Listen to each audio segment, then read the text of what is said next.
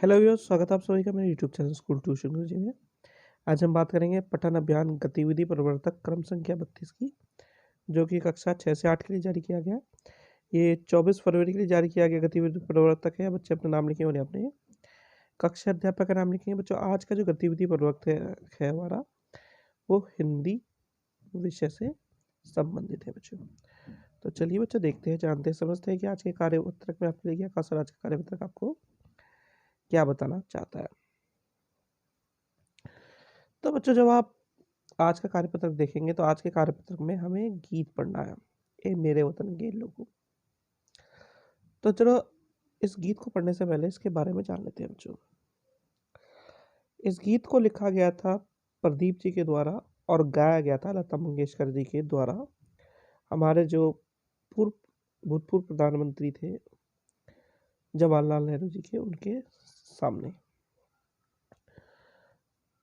तैयार करने का इसका कारण था कि 1962 की जो जंग हुई थी, यानी जिसे हम भारत और चीन की जंग के रूप में जानते हैं, उस जंग में भारत को काफ़ी नुकसान हुआ था और जो मनोबल था भारतीय सेना का, वो काफ़ी टूट गया था।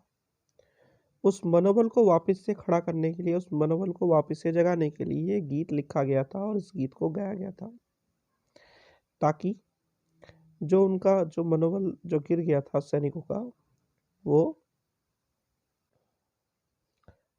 उसे वापस पा सके।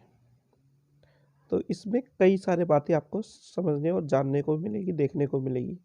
तो इसे हम एक बार पढ़ते हैं बच्चों। तो लिखा क्या है, निम्नलिखित लोकप्रिय गीत को लय के साथ पढ़िए और गीत में आए शब्दों के अर्थ और भाव को समझने की कोशिश कीजिए तथा इस गीत पर आधारित नीचे दी गई गतिविधियां कीजिए। तो वो गीत शुरू करते हैं बच्चों। ए मेरे वतन के लोगों, तुम खूब लगा लो नारे, ये शुभ दिन है हम सबका, लहरारो तिरंगा प्यारा, पर मत भूलो सीमा पर वीरों ने प्राण गवाए, कुछ याद उन्हें भी कर लो, कुछ याद उन्हें भी कर लो, जो लौट के घर ना आए, जो लौट के घर ना आए।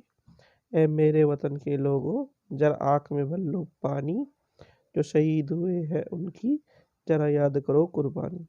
ए मेरे वतन के लोगों, जरा आँख में भर लो पानी, जो शहीद हुए हैं उनकी जरा याद करो कुर्बानी। तुम भूल ना जाओ उन इनको, इसलिए कही ये कहानी, जो शहीद हुए हैं उनकी जरा याद करो कुर्बानी।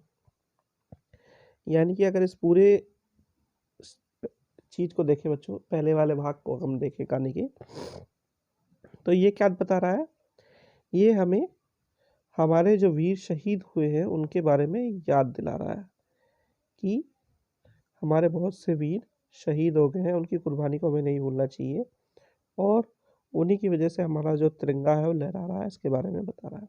चलिए आगे देखते हैं बच्चों।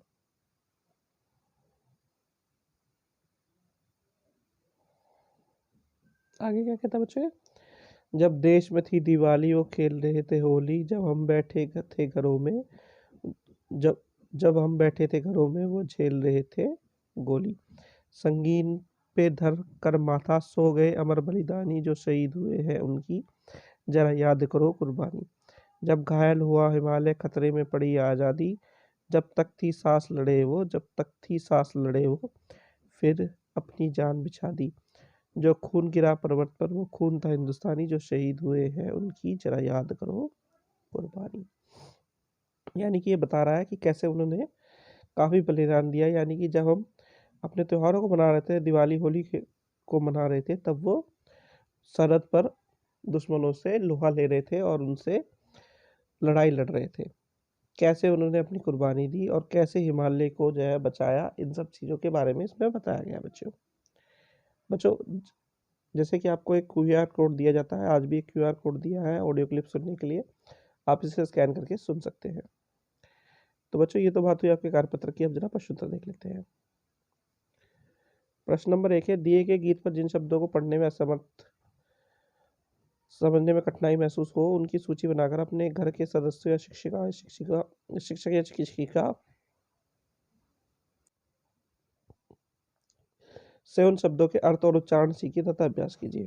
तो कुछ ऐसे शब्द होंगे बच्चों, जैसे कि कुर्बानी हो गया, आपको शहीद हो गया।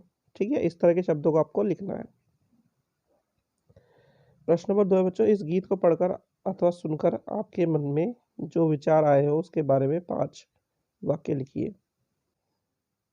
तो बच्चों जब आप इस गीत को पढ़ोगे तो आपको कई सारे विचार आपके मन में आएंगे। सबसे पहला विचार ये आना चाहिए, जो मुझे लगता है अनुमान में बता रहा हूँ, कि हमारा भारत देश बहुत ही महान देश है जिसमें ऐसे वीर सपूत पैदा होते हैं। दूसरा क्या होता है कि हमें हमारे शहीदों के को कभी भूलना नहीं चाहिए और उनकी कुर्बानी को याद रखना चाहिए, ताकि ज़रूरत पड़ने पर हम भी अपने देश के लिए अपने प्राणों को न्यौछावर कर सकें। तीसरी चीज़ क्या हो सकती है बच्चों? तीसरी चीज़ ये होती है कि हमें अपने देश की उन्नति के लिए निरंतर कार्य करना चाहिए। ठीक है बच्चों। चौथा क्या हो सकता है? हमें जितना हो सके सभी में देशभक्ति की भावना को बनाए रखना चाहिए और दूसरों को भी इसके बारे में बताना चाहिए। और जो पांचवी महत्वपूर्ण चीज़ है वो ये है कि हमें अपने देश का आदर करना चाहिए, अपने तिरंगे का आदर करना चाहिए, अपने राष्ट्रीय गान का आदर करना चाहिए, ताकि हमारा देश महान है और महान बना रहे बच्चों। चलिए अगला प्रश्न देखते हैं बच्चों। प्रश्न नंबर 3 है, ये गीत किसने लिखा है और किसने गाया? अपने घर के सदस्यों अथवा शिक्षक शिक्षिका से पूछकर लिखिए। तो बच्चों गीत लिखा था प्रदीप जी ने और गाया था लता मंगेशकर जी ने।